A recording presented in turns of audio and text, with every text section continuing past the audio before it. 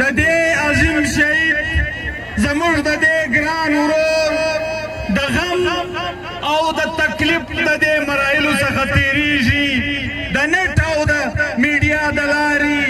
د ښارو سپارلو دا مراسم در خپلو نظرونو تېروي. یقینا عثمان خان چې دا نن په لکونو په زرګونو انسانان په رايوځای سوي دي دا هسې نه دي رايوځای سوي، دا د یو مینې پر بنیاد، دا د یو اخلاص پر بنیاد، دا د ده سره د یو عقیدت پر بنیاد رايوځای سوي دي. که د سیاست خبره سي نو عثمان خان د یو ګوند صدر او مرکزي سکرټري و، خو د هغه کردار و عمل، د هغه گفتار و عمل، د هغه اخلاص په دې وطن داسې پرېښود چې په دې وطن کې هر هغه انسان، هر هغه افغان چې دلته ژوند کوي لږ او ډېر شعوري پېژندګلوي لري هغه په عثمان خان ودرېدی. عثمان خان د سټوډنټ لایف څخه واخله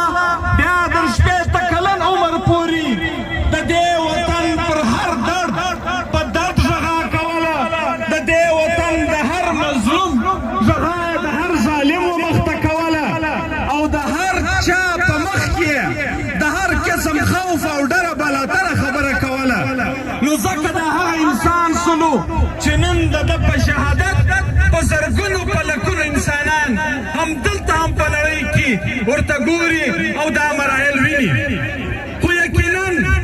عثمان خان د هغه کردار او گفتار پر بنیاد باندې